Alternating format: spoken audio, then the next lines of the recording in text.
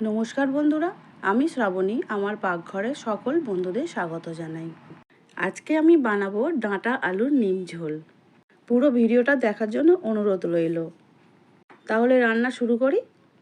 প্রথমেই কড়া গরম হয়ে গেছে, বড়িগুলো কড়ার মধ্যে দিয়ে দিচ্ছি। কড়া বসিয়ে দিয়েছি, গরমও হয়ে গেছে কড়া, বড়িগুলো কড়ার মধ্যে দিয়ে দিচ্ছি। প্রথমে তো কড়ায় তেল দিইনি, একটু ভালো করে ভেজে নিয়ে তারপরে তেলটা দিচ্ছি। তেল দিয়ে আবারও একটু ভেজে তারপরে বড়িগুলো একটা প্লেটের মধ্যে তুলে নিচ্ছি। এখন কড়াতে আবারও অল্প তেল দিলাম, 5-6টা নিম পাতা তেলের মধ্যে দিয়ে ভেজে নিচ্ছি। নিম পাতা ভাজছি এই কারণে ঝোলের মধ্যে দেব বলে।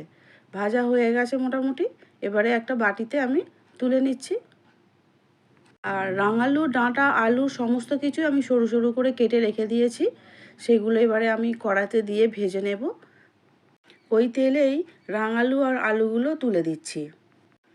সমস্ত কিছুই দেখতেই পাচ্ছ লম্বা লম্বা করেই আমি কেটেছি, তবে খুব সরু করে কাটিনি, মোটামুটি একটা সাইজ করে কেটে নিয়েছি। একটু ভেজে নিচ্ছি।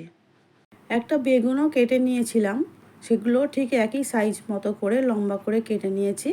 বেগুনগুলো আলু আর রাঙালুর ওপরে দিয়ে আবারও একটু ভেজে নিচ্ছি। এবারে ডাঁটাগুলোকেও তুলে দিচ্ছি।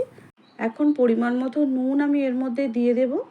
নুনটা দিয়ে দিচ্ছি এই কারণে, নুন আর 1 চামচ হলুদ আমি এতে দেব।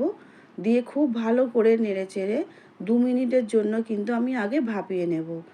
আমি এই নিম ঝোলটা যখনই করি আগে একটু ভাপিয়ে নিই সবজিগুলো, তাহলে কি হয়, খেতে খুব টেস্ট হয়। এবার হলুদ দিয়ে দিয়েছি, একটু নেড়ে চেড়ে নিয়ে এবার আমি ঢাকা দিয়ে দেব।